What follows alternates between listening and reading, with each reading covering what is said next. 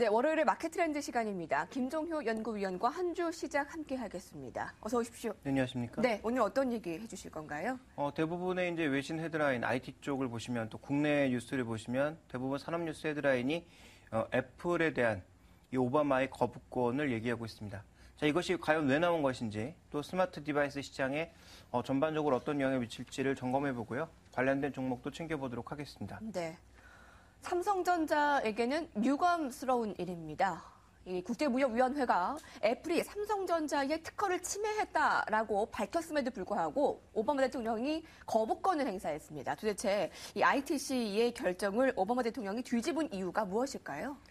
가만히 살펴보면 이제 시장에서 제기되고 있는 것이 의회의 결정이었다라는 것과 보호무역주의가 나오는 게 아니냐. 특히 우리나라 언론을 중심으로 해서 이것은 미국의 일종의 보호무역주의 아니냐라는 그런 얘기가 나오고 있는데요. 일부 반영했다라고 보여집니다. 애플을 사용하는 미국 사람들이 굉장히 많다라는 측면에서 이미 사용 연한이 좀 지난 기기이거나 굉장히 좀 오래된 기기이긴 합니다만 어쨌든 애플의 수입 자체를 막는 것을 일단 거부권 행사했다라는 측면에서 일부분 보호무역주의, 즉 애플의 점유율이 추가적으로 하락하는 것을 막기 위한 노력이 있었다. 이 부분을 부정할 수는 없겠죠. 그렇지만 조금 더 큰 그림을 봐야 되지 않나라고 판단하고 있습니다. 현재의 그림은 오바마가 단순히 삼성을 견제하기 위한 애플의 손을 들어주었다라는 판단보다는 이번에 있었던 주요 뉴스 중에 하나, 7월 말을 장식했던 주요 뉴스 중에 하나가 미국의 GDP 산정 방식의 변경이었죠.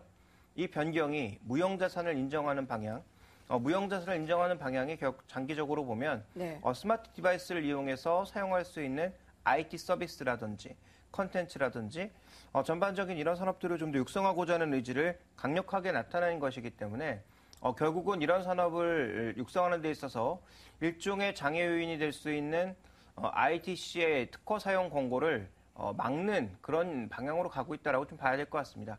그러니까 무슨 얘기냐면 더 쉽게 말씀드리면 현재 시장에서 IT 서비스를 확산시키려고 하는데 애플을 이런 규제에 묶어버리면 결국 다른 업체들도 규제에 묶일 수가 있고 네. 이런 규제 자체가 컨텐츠 시장이나 여러 가지 시장을 성장시킬 수 있는 IT 디바이스 시장을 위축시킬 수 있다는 얘기죠. 그러니까 결국 뒤집으면 ITC가 만약에 이 삼성이 애플의 특허를 침해했다고 하더라도 네. 이것 자체도 만약에 IT 서비스 시장의 확산에 문제가 된다면 이번에도 거부권을 행사할 가능성 충분히 있다라는 겁니다. 그러니까 오바마의 의지가 단순하게 애플의 피해를 막기 위해서 이런 조치를 취한 것인지 네. 아니면 전체 시장의 파이를 키우기 위해서 우리가 흔히 얘기하는 프렌드 특허, 즉 보편적인 특허와 관련된 것을 조금 더 규제를 내리는 것인지를 확인이 필요한데요. 저는 후자 쪽으로 보고 있고요. 그래서 이번에 중순에 나올 애플의 결정에 대해서 과연 미국 정부가 어떤 결정을 취할지 주목해 보실 필요가 있을 것 같습니다. 그래도 역시 보호무역주의의 일부 작용이 나타난 것이 아니냐라는 언성은 피해갈 수는 없을 것 같은데요. 이 스마트 디바이스의 시장 현황은 어떻습니까? 도대체 이 산업의 경쟁이 어떻길래 지금 이렇게까지 확산이 이루어진 것이냐. 문제 발산을 좀 볼 필요가 있어 보이는데요. 그러니까 지금 미국이 이런 의도를 취하고 있는 것은 미국 내 시장이 중요한 게 아니라 해외 시장이 더 중요한 상황이고요. 해외 시장 쪽에서는 그동안 시장에 영향력을 크게 발휘했던 삼성과 애플의 영향력이 점점 떨어지고 있는 구간이죠. 그러니까 준비된 그림을 보시면 지금 이 붉은색 계열로 표시되는 저가 제품들의 흐름이 점점 확대되고 있는 모습입니다. 이게 이제 2013년이고요. 이후의 흐름을 지금 보시면 전체적으로 좀 고가 라인업의 흐름이 거의 20%대까지 줄어들고 있는 모습이거든요. 그러니까 아래쪽에 저가 라인업이 크게 확대되는 것이고 이 저가 라인업은 $100 이하짜리 또 $100에서 $200 사이짜리 적어도 $300 가격에 미만하는 그런 제품들이 전반적으로 점유율이 80% 가까이 올라갈 거다라는 거죠. 그러니까 전체적으로 저가 제품들의 흐름이 빨라지는 것이 가장 중요한 흐름이라고 볼 수 있겠고요. 네. 이것은 스마트폰에서만 나타나는 현상이 아닙니다. 태블릿 쪽도 마찬가지인데요. 태블릿 쪽에서도 아이패드 하나만 있었을 때 고가 라인이 주류를 이루었다면 현재 구간에서는 고가 라인은 점점 줄어들고 저가 라인 자체가 점점 확산되는 그런 모습들을 보여주고 있는데요. 이 저가 라인의 중심들은 말씀드렸다시피 중국 시장의 주요 제품들이 모두 주류를 차지하고 있다. 좀 이렇게 봐야 될 것 같습니다. 자, 그 다음에 살펴봐야 되는 것은 국가별로 어떤 모습을 보여줄 것이냐 이 부분을 점검해 봐야 될 것 같은데요. 현재는 선진국 시장에서 점점 이머징 시장으로 내려가고 있는 그런 모습 발견되고 있습니다. 준비된 그림을 보시면 이머징 마켓의 비율이 2015년 정도 가게 되면 70% 이상까지 확대될 것으로 예상이 되고 있죠. 그러니까 선진국 비중은 거의 일정한데 늘어나는 것은 이머징 마켓 쪽에서만 늘어나면서 이머징 마켓의 비중이 2015년까지는 꾸준하게 확대된다라는 것을 우리가 알 필요가 있을 것 같고요. 자, 그다음 살펴봐야 되는 것은 당연히 이 스마트폰의 저가 라인업이 늘어나니까 스마트폰의 ASP, 즉 한 대를 팔 때 낼 수 있는 이익은 점점 줄어들 수밖에 없는 그런 국면이다. 이렇게 봐야 될 것 같습니다. 그래서 수익성이 떨어지고 있는 그런 국면이라는 점에서 부담이 나타날 수 있는 요인이고요. 그 다음 그림을 살펴보시면 그러다 보니까 전체적으로 최근에 삼성전자나 애플을 비롯한 대부분의 스마트폰 디바이스를 만드는 업체들이 저가 라인업을 확대하고 있는 모습입니다. 아래쪽에 지금 붉은색으로 표시되고 있는 것이 저가 라인업들인데요. 현재 지금 삼성이 가장 많고 뒤를 이어서 LG, HTC, 화웨이라든지 노키아 같은 쪽도 점점 저가 라인업을 늘려나가고 있는 국면이죠. 네. 아무래도 이머징 시장에서는 고가 하이엔드 제품보다는 저가 라인업이 좀 더 영향력을 발휘할 수 있는 구간이고요. 특히 중국 업체들의 최근의 약진이 중국 내뿐만 아니라 글로벌 시장에서 나타나고 있는 국면이기 때문에 이와 관련된 변화 상황도 좀 챙겨봐야 되는 상황이라고 보여지고 있고 태블릿을 비롯한 대부분 디바이스에서 이제 한 업체의 독점적인 경쟁력은 떨어지고 있다는 거죠. 그래서 애플의 점유율이 한때 90%에 육박했습니다만 올해 기준으로 보면 47%까지 떨어질 것으로 예상되고 있습니다.